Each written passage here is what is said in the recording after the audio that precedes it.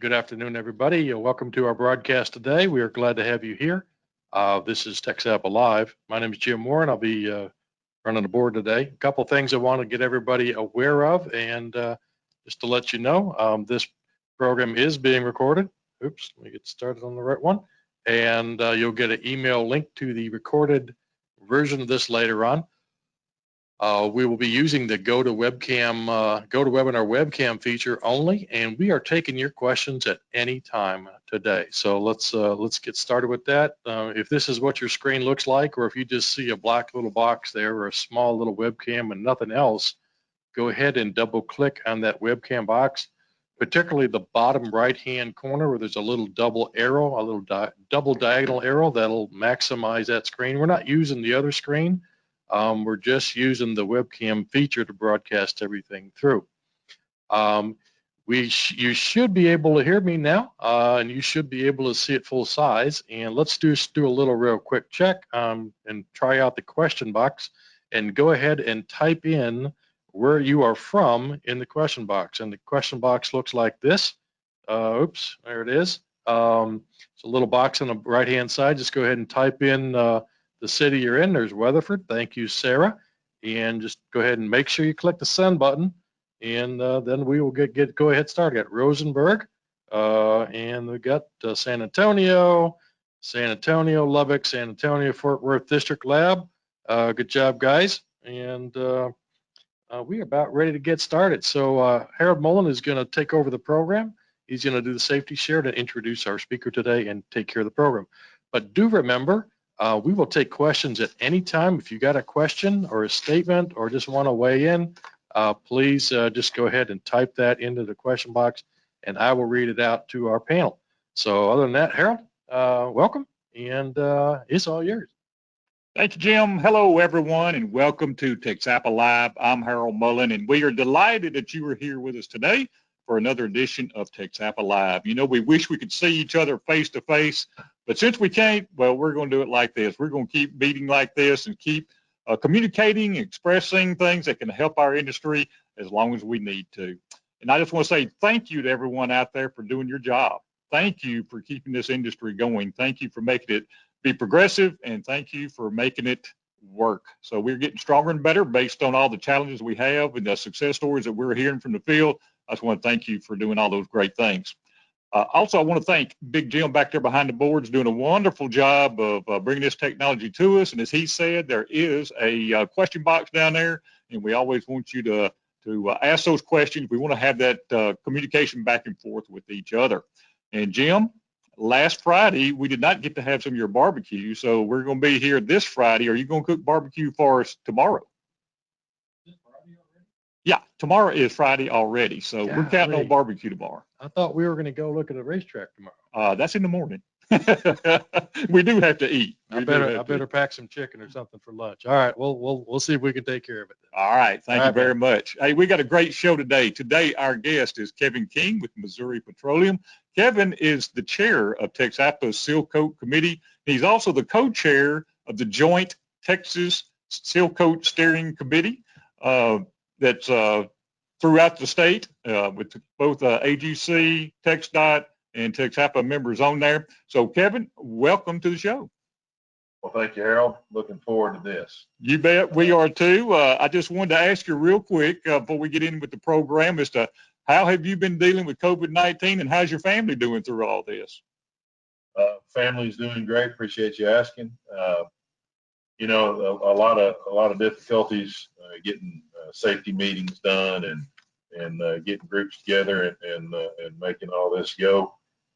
This technology is amazing. I'm in Fayetteville, Arkansas as we speak, multitasking, and so you know we're so blessed in our industry that we're able to stay busy and keep our employees on the payroll, and but we're at the same time we're not exempt from what's going on, so we have to be really careful, and we're focused on doing that.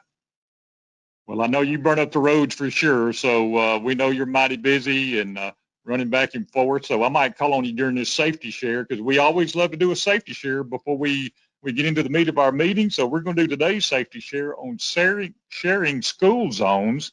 As you well know, through COVID-19, there's a lot of controversy about schools, but they are having a lot of districts are opening up. They're having actual school in their buildings, so we have to watch out for those school zones again. So let's be sure we're watching those type of things, because back in 2017, there were 811 accidents in Texas school zones. Wow. That resulted into 2 deaths and over 30 serious injuries. The top 3 reasons for these accidents were excessive speed, driver distraction, and failure to yield right of way. You know, Kevin, I know you do a lot of driving throughout the state, and you're even into Arkansas and other places like that. Probably encountered all kind of traffic or school zones out there. Did you ever encounter a problem in a school zone? You know, Harold, I've witnessed a lot of issues with school zones, with people not observing the posted school speed zones and so forth. You know, when I was a lot younger, I wondered why, for example, on Loop 323 in Tyler, where kids very seldom cross 5 or 6 lanes of traffic walking, why we had school zones in the middle of an area like that. And as I got older, I realized that it's about the increased traffic volume and to make it safe for the cars coming in and out. It's not necessarily just for the kids crossing the road. And now I have a great deal of respect for that. I make sure that I slow down and watch what I'm doing there, because I have seen a lot of close calls. I agree with you. I've witnessed some things like that, and no tragedies, thank goodness. But gosh, if there's some place I'm going to pay attention, it's definitely going to be in the school zone. And just want to bring this up to you. Some tips here that we need to be ready for. Number 1 is expect the unexpected. Unsafe pickup and drop off happens a lot of times out there. You know, students get in a rush, the parents are getting a rush, and they're just pulling up there and almost just kick the kid out, and he just jumps out the door and runs up there to school. So you have to watch out. Jim, you got a question? Well, you know, some of the kids want to get out early so that they don't have to be pulled up in front of the school with their parents. So. That could be the episode too. But you have to watch out for that. That there is the unexpected out there.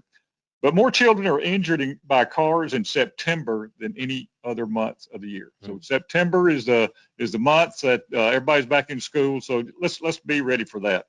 Children crossing streets around schools do not always cross at the crosswalk. So slow down and keep an eye out for children and pedestrians in school zones throughout the school zone.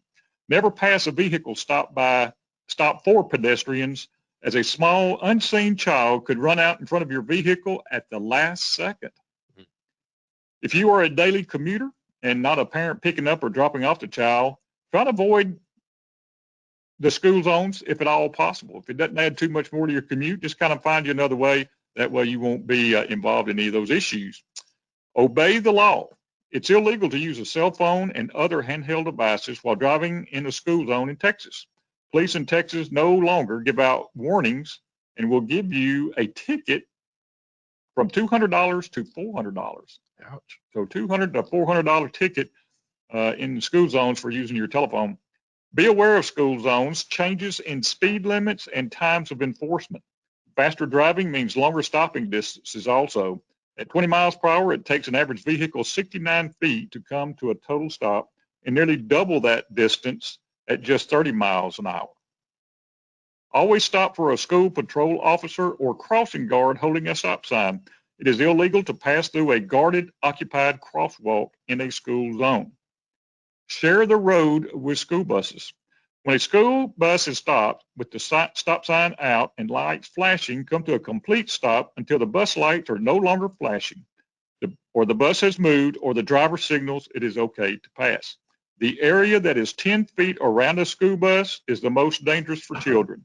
Stop far enough back to allow them space to safely enter and exit the bus. Never tailgate a bus. Keep a safe distance of 2 car lengths between yourself and the bus.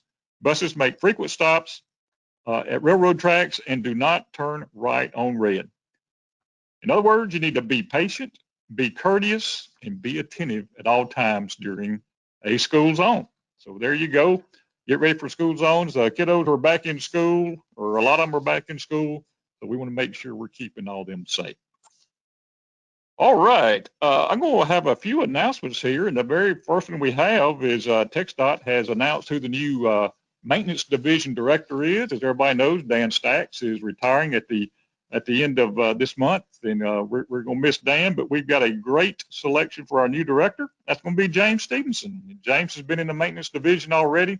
He moves up from the deputy up to the director job. So congratulations, James, on being appointed the maintenance division director for TxDOT. We look forward to working with you in the future. I know Kevin, he's been already involved in the seal coat activities. Isn't that right? Yes, sir. It's kind of like we were discussing. It's going to be a smooth transition with James for all of our initiatives, or at least it appears to. It appears it will be, because he participated for the last couple of years in Dan's absence a few times, and supports what we're doing, and is a big supporter of the seal coat industry. You bet. So James, we look forward to working with you. Got a few updates on the Hot Mix Asphalt Center from our program last week with Corey Schwartz. We had several questions come back up, and yes, classes will open up in beautiful Buda on September 1st. So we are having classes. They are going to be here. It's training classes as well as certification classes. So they will be here. You can go ahead and get registered for those online, or you can call in. But yes, classes will be here. And we also have training programs now available virtually. So there is virtual, the 1A training program is being held virtually. So you can get online and register for those classes also. So those were two biggies. So you can be here starting September 1st, and some of the training programs are virtual now. So look forward to that. Also, general notes. We are having more and more calls come in about general notes, and some of those notes are conflicting with the new specifications 3076 and 3077. So there are some issues out there. Please bring them to our attention so we can bring that to TxDOT's attention, and even some of the districts are looking at their notes going, maybe we do need to update these. So be sure to let us know about any general notes that might be in conflict with the brand new specification. Jim, you got a comment? Yeah, I just think that, there's a lot of changes that have been made in these specifications. I mean, a lot. And I think a lot of these have already addressed the general notes. I think you're exactly right, Harold, by going back and just re-looking at those, and does this really need to be in here anymore, and take it out. And we do need to give these specifications a chance so we know if they're working or not. You bet. Also, those, like Jim said, those specs have changed a tremendous amount, and we keep saying that. We keep bringing attention to that. Every meeting we have, we talk about that, because these changes are so significant, and there is so many. You just have to really go through the specification to really see how many changes there were. So we have that customized specification education program ongoing. Encourage any of our members to give us a call to let us know if you want that. We have a wonderful package put together where you can check out all the details on the webpage of how to get in touch with us, how to utilize that program. But Chuck Fuller and Jim Warren will be glad to sit down with you, go through that. It's a customized program. It's only for you and your company. There'll be nobody else there on the Zoom meeting, and we can present that to you. So you'll have all the latest information on the specifications. We had such a great and successful optimization series. We had an optimization series on mixed designs and on plant operations and roadway operations.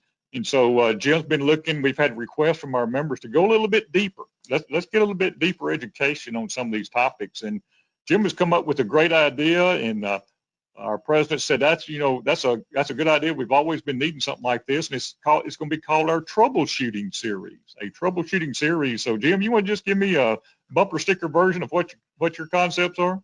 Yeah, just it's still being developed right now, but following on the optimization series of having a mix design one, a plant one, and a paving one in October. We'll send you the dates, and it'll be on Tuesdays from 3 to 4.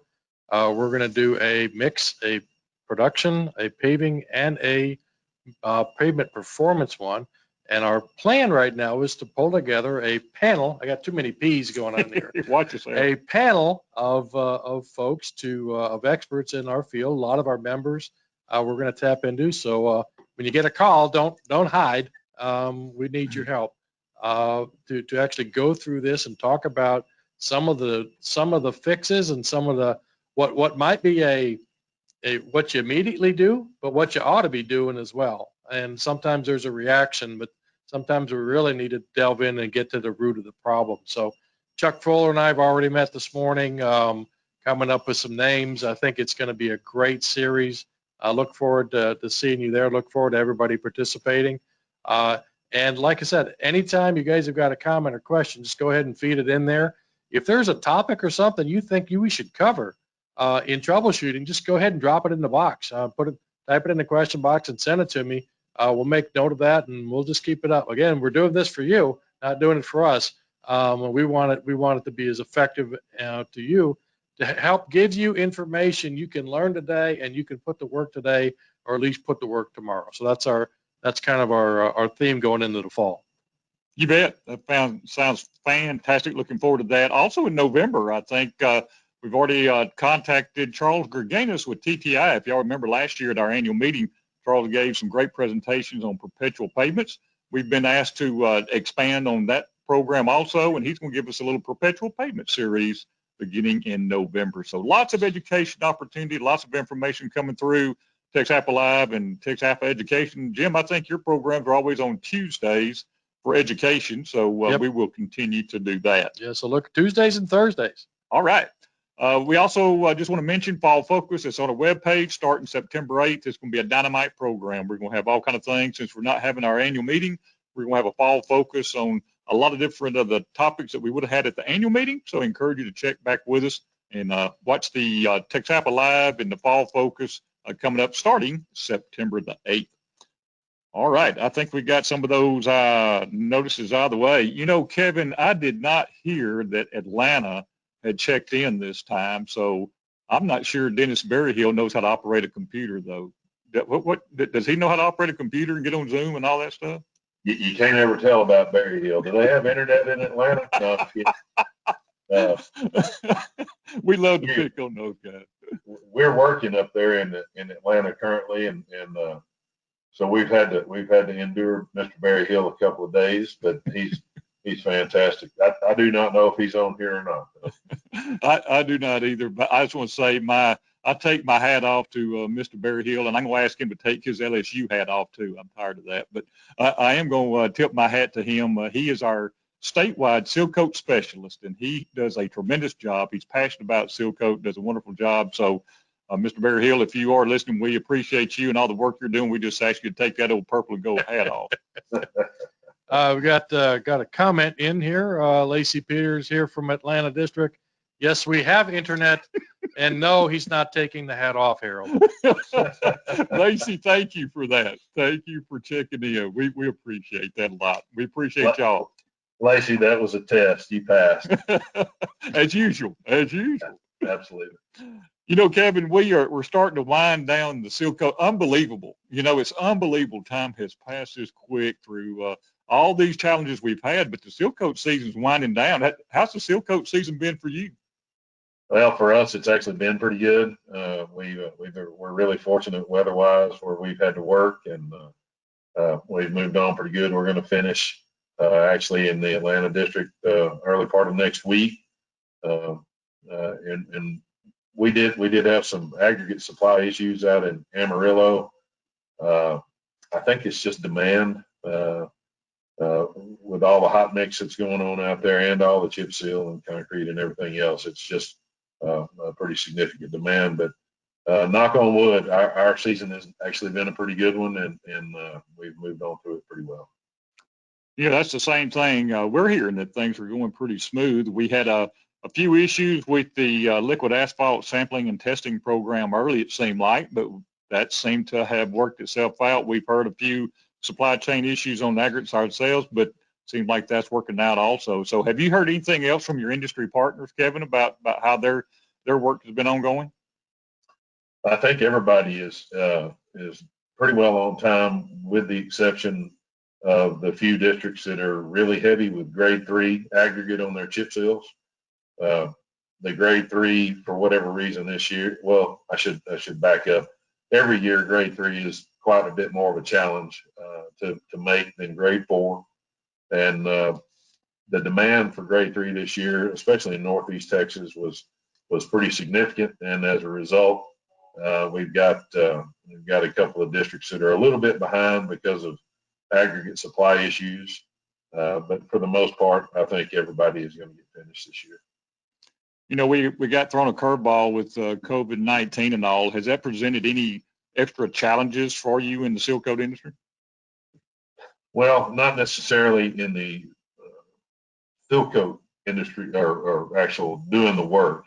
We've been really fortunate. We've had a few close calls and so forth. And, you know, like our safety meetings, we try to accommodate the fewer than 10 in a group rule and all that sort of thing. But generally speaking, it's been pretty much business as usual for what we do. You know, that just, to me, Kevin, that shows a great partnership out there, and it shows how strong our industry can be. Everybody has that same goal of getting quality seal coats out there. I mean, that's industry partners, that's TxDOT all working together. Is that what you're seeing happening? Absolutely. Yes, sir. I have. That same here. So I just want to continue to tell everybody, thank you for doing that job, for being out there on the front lines, for making it happen.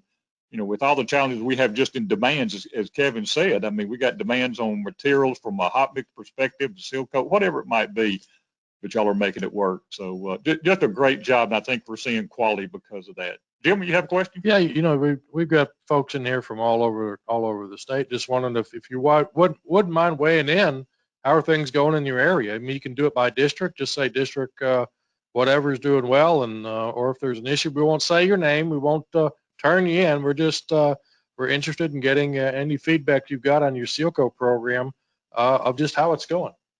Great idea. Appreciate that. If you don't mind, just send that in. If you've had some challenges, let us know. Or if everything's going smooth, you know, let us know that too. Kevin, we have a great joint Texas Seal Coat Steering Committee, and you have been the co-chair. Michael Lee is a co-chair of that. Y'all have done a tremendous job of getting things organized, getting things together, and having a lot of activities that have made a difference. Can you give me a little background on the steering committee? Because not everybody might not realize what the committee is all about.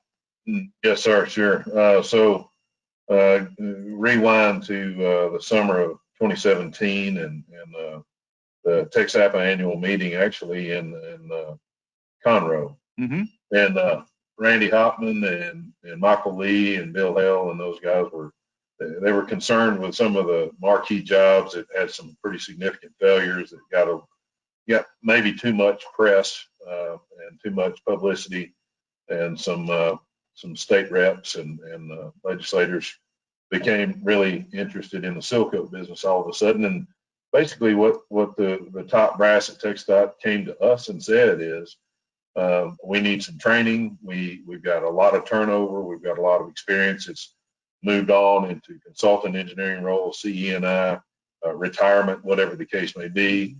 And we're falling behind on training, and we're falling behind on knowledge, and we need something to happen. And so we were called to task there in the fall of 17, and by the early part of 2018, we had put together a multi-phase program to develop some workshops and regional task forces and so forth. And one of the ideas that kind of appeared through this process was that we really have about 5 different groups that are really involved in the seal coat business that needed to really be working together as one in unison.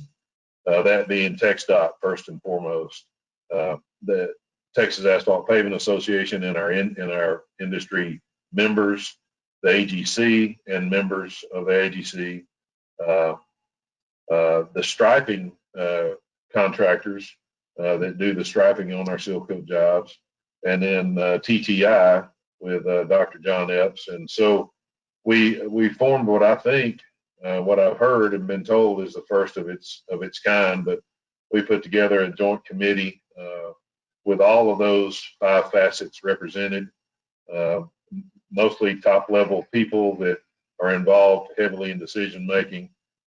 Myself, Michael Lee, chair that committee, and I think we have about 25 members all together. Right. And we meet quarterly to discuss all types of things related to chip seal, everything from the very challenges on the day-to-day stuff, to safety, to the striping removal, the specs, to asphalt sampling and testing, to general notes and everything in between. And the movement has actually been pretty significant. We've got an incredible team. A lot of the committee is made up of all the people that you would imagine would be extremely dedicated and work real hard to make it a success. And so we're in the deep into the second year of the committee. This year was obviously very challenging. We couldn't meet. We met in January. Then our April meeting became we actually just had to cancel that. And then just recently, our third quarter meeting was via teleconference, and trying to keep the momentum, because nothing has changed on our end. We still have got a thriving industry, and we still have got a lot of challenges and a lot of new people. And so that's our energy right now, is focused on keeping the momentum that we've got going, and to continue quality performance improvement. You know, Kevin, I just looking back on 2018, you just made me started thinking, what a great success story, what a great partnership story this is. Michael Lee, all of TxDOT from Austin, all the TxDOT districts rallied together. I believe Albert Slaughter was our president that year. He really rallied the troops here.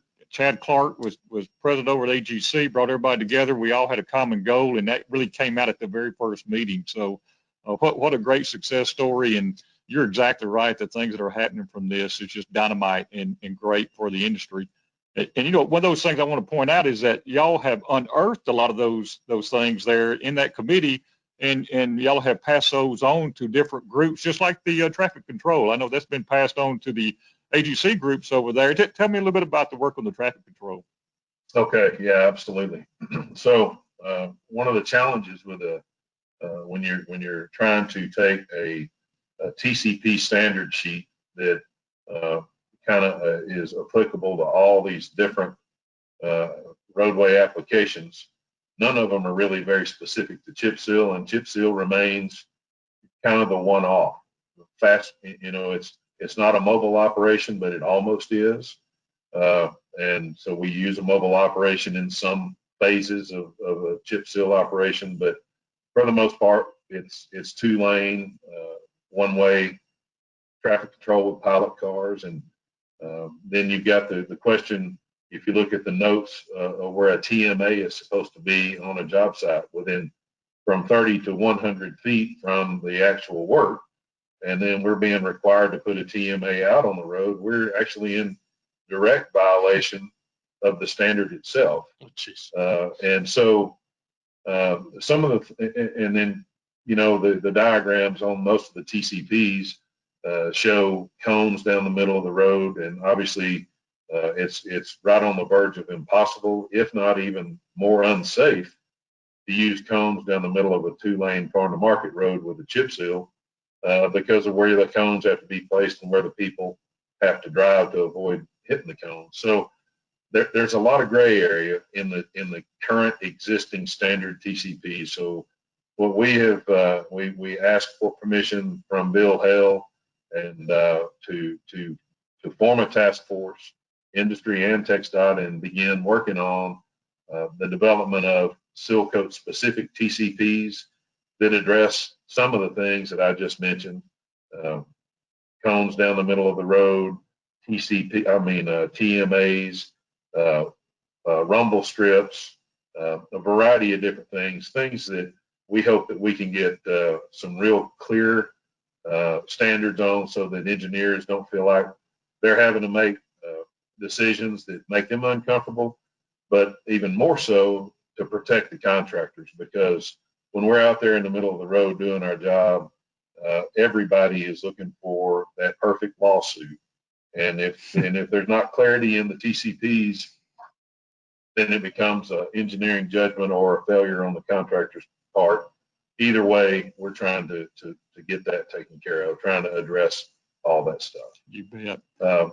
That same committee has been hindered with this COVID-19 business. We had really hoped to have that all done and rolled out prior to the fall 2020 seal coat lettings, which I can't believe it, but they're 2 weeks away from beginning. We haven't got that done, but we have actually met a couple of times recently and have another meeting coming up in September, and we hope to get a lot of that stuff moving pretty quickly. Great. You know, Kevin, just a minute ago, you mentioned Dr. John Epps, and John Epps has been a catalyst in this whole program of keeping us focused, keeping us on target, and he was really instrumental in bringing all groups together to come up with a training and education program. And earlier this year here at TxAPA, we held a program, and also out in the districts, John and Dennis Berryhill went around. What kind of impact have you seen on industry and TxDOT from that training program that was held? So this was actually the second year. 2019 was our first year, and we did the road show. We had 5 different regional training workshops. They were 4 days apiece. A lot of demand on all the instructors and the logistics and everything. And TxDOT's just an incredible partner with us on that. We hosted almost all of those at TxDOT locations around the state. We did 5 of those. We trained almost 500 TxDOT and industry employees in 2019, and then by touching that many in 2019, then the 2020 demand from a head count was significantly less.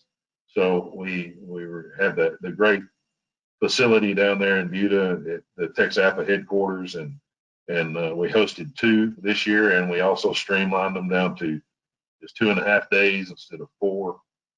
A lot of great instructors, where the rubber meets the road kind of guys, and we brought a lot to light. Talked about a lot of different things. I will say that in some cases, I think some of the district personnel that have less experience have maybe taken some of the instruction to the extreme, and it's maybe caused a little bit of heartache out on the roadway.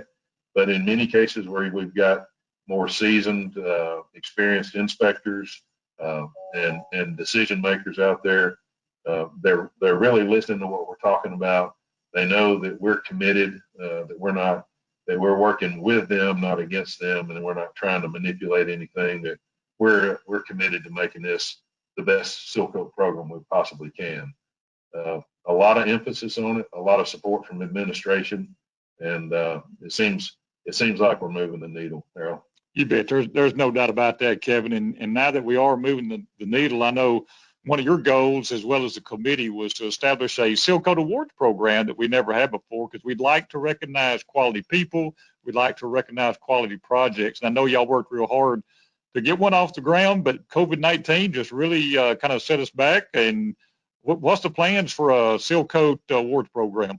Yeah, that was super disappointing. That was something that we were all so looking forward to, and because we really were going to put a lot of emphasis on the TxDOT maintenance sections that are making sure that the roadways are prepared, and that all the level up and all the milling inlays and everything that's taking place ahead of the chip seal is being done right, and then that the contractors and material suppliers that are doing the work and striping the roads, that they really care about the details, and I don't know, it would have been a fantastic thing. I have got to give Randy Hotman the credit. Randy mentioned this to me in 2017, that, why don't we do something like this? And we had so many other things that we needed to take care of first. We got to this late last year. We had to kind of rush it because what we really wanted to do was to evaluate the 2019 seal coats that were placed in the summer of 2019, this spring and early summer, and then do the awards for the 2019 work at the 2020 annual meeting, TxAPA annual meeting. We encountered so much difficulty with being able for. Let me back up. We insist that in the evaluation process that our TxDOT partners are involved in this. We didn't want it to just be an industry thing. We didn't want it to be slanted in any way.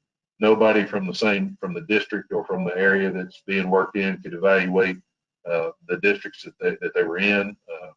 And with TxDOT being limited to no travel, we just couldn't get it done.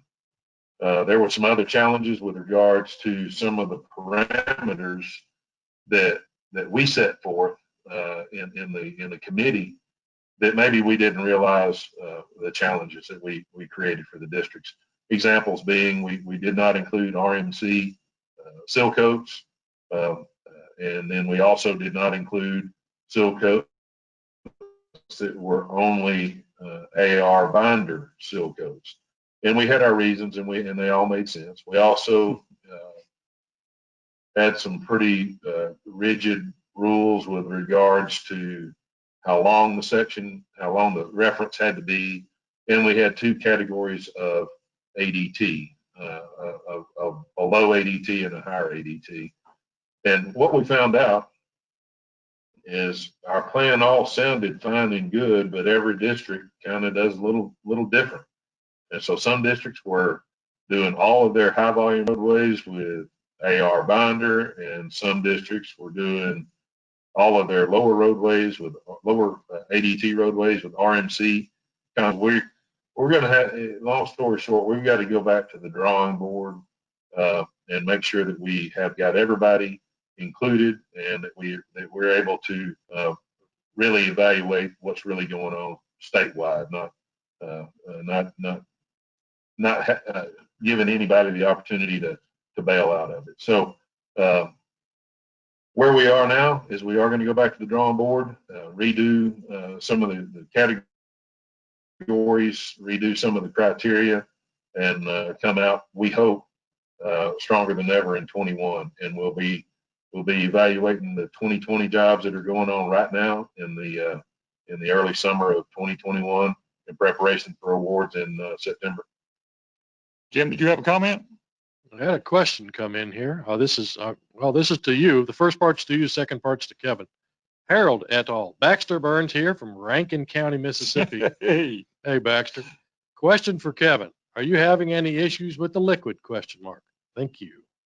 all right. We were going to get to that question in just a minute, but hey, since Baxter put it out there, let's get that on the board. So the liquid asphalt sampling and testing program. Kevin, what are you seeing out there? You having any issues? Have you heard of anything happening out there? So it has been, and I say this cautiously because I'm not through yet, but so far everything has gone really well for us. We've had virtually no issues all summer, and I actually have not heard of anybody having any significant issues.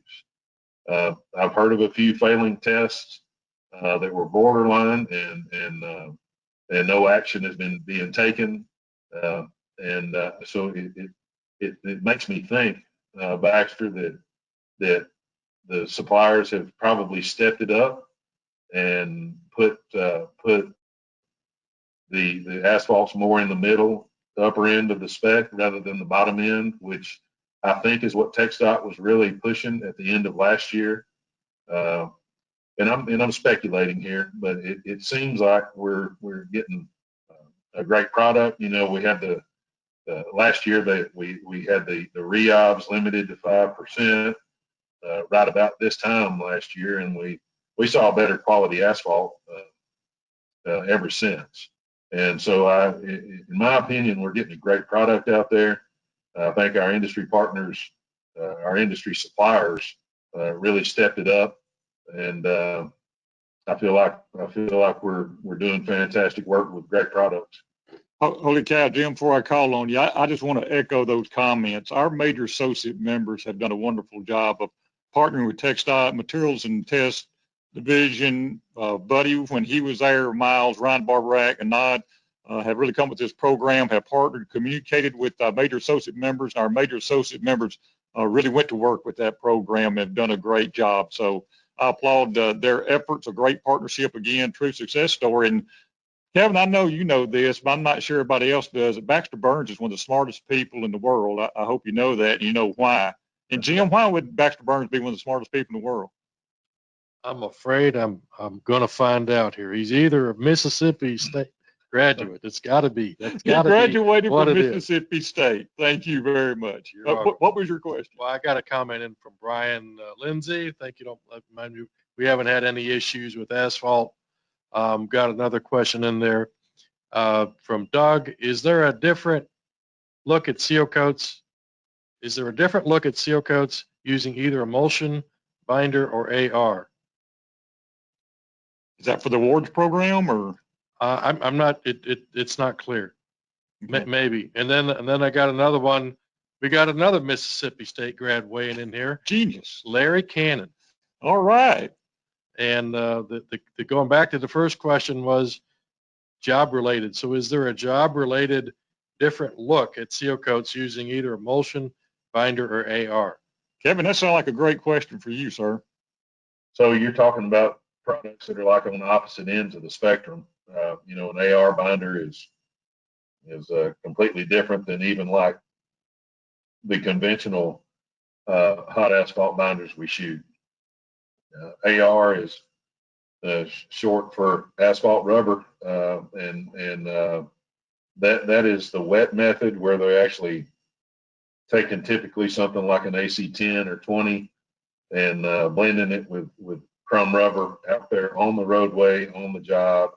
There's no central plants. There's no approved sources. Those are all made on site, big batches, that sort of thing. And they're almost exclusively for higher volume traffic and specialty applications. Not that they wouldn't work in some of the other areas, but they're more specialized. The emulsions, I guess, for the most part on our type of work, high volume district seal, we're not seeing near as much emulsion as we should. The utilization of emulsion on lower volume roadways, you get a fantastic seal coat. You have an extended season. It's not near as temperature sensitive in April and October. And I've been an advocate of it for years. And as we get here towards the end of the season and we start talking about running out of days and running out of weather and temperatures and those kind of concerns, if we had districts that were utilizing the emulsions that are available on the lower volume secondary roadways, we could extend the season with fantastic results. You're not compromising anything by doing this. It's just that the emulsions are much more user friendly in a lower temperature. I mean, they're applied at 150, 60 degrees, where our hot ACs are applied at 330, 340 degrees, and they lose so much temperature so quickly that they, if it's cooler, they have a difficult that sometimes they'll skim over a little bit, and you'll have a hard time getting the rock to wet and seep. Whereas emulsion stays liquid, it's not losing that much temperature. It's got to go through the breaking process, and it'll lock that rock down, and you'll get great results. Emulsions on the district-wide seal coat program in Texas is highly underutilized, and it could bring a great deal of value to our program if we could get that back in the system. Thank you, Kevin, for that. Kevin, before we totally move off on the awards program, I just want to say that the committee did a great job of naming the awards for the seal coats, and it's the Dr. John Epps Seal Coat Awards program. So I just want to say thank you for recognizing Dr. Epps, because he does such a great job for us. He is a committed fellow. He is and I know he's not a Mississippi State bulldog, but he's a bulldog, and he keeps us on task. And I don't know anybody at any age that works any harder and is more committed, more passionate about what he does than Dr. Epps. We're blessed to have him in our group. Well, and he does wear maroon and white, so I have to love him too. So, Jim, you have another question? I just had a statement from Brian. With emulsions, please use uncoated aggregate. There you go. Thank you, Brian. Yeah. Appreciate that.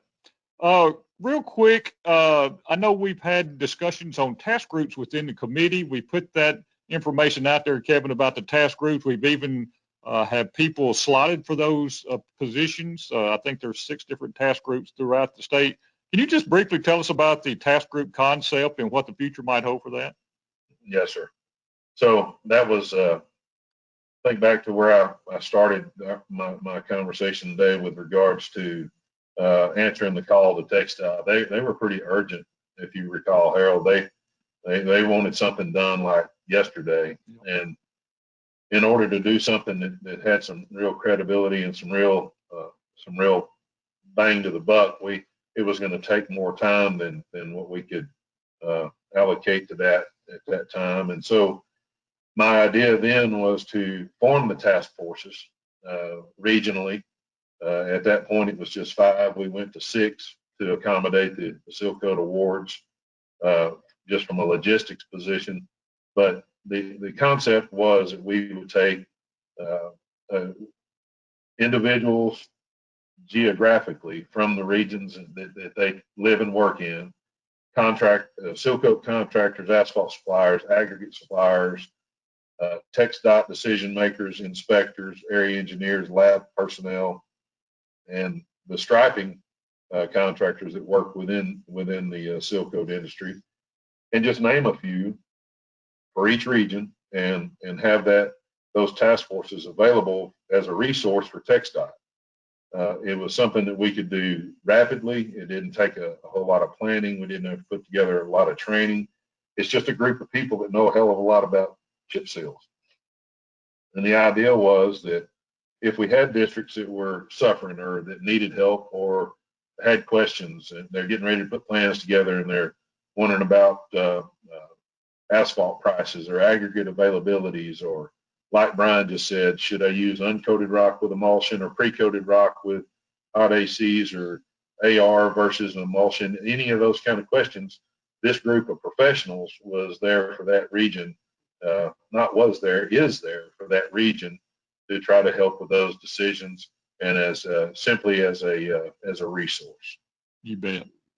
I know we're going to try and get that group going again as soon as we can, meet face to face. We'd like to have some face to face meetings, and who knows, we might just have to make it Zoom. So I know you're anxious to get that group going. Also, the last couple of years, we've had some fantastic debriefings at the TxAPA annual meeting. We would debrief the Seal Coat season, how it went, what are some of the things we could improve on.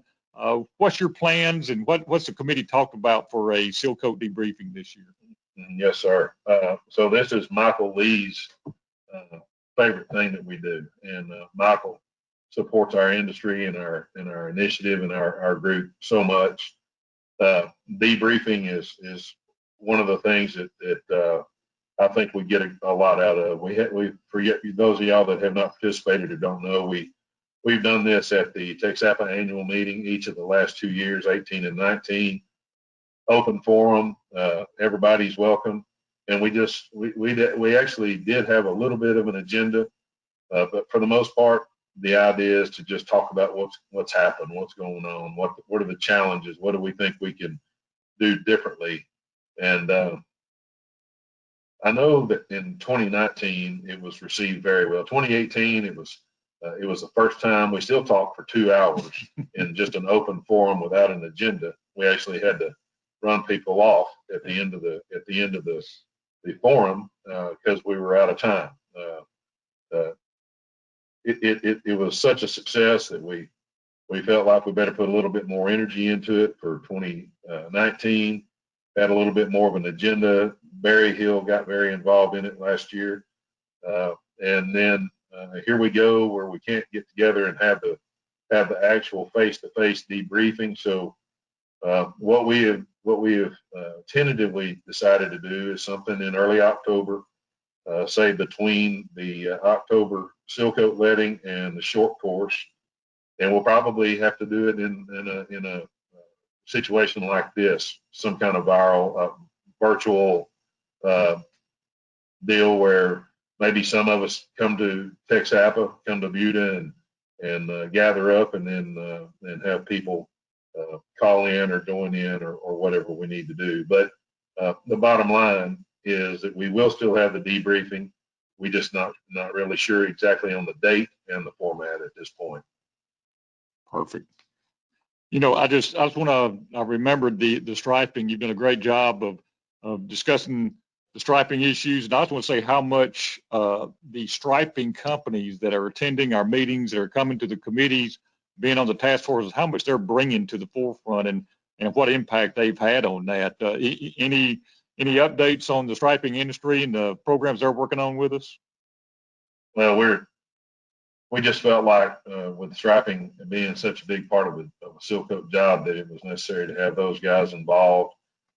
We've got all this profile striping for safety that's out on the seal coats now, and it's having to be removed. And when it is removed, you've got to address the interim period, because you can't necessarily put tabs on it, you can't time it.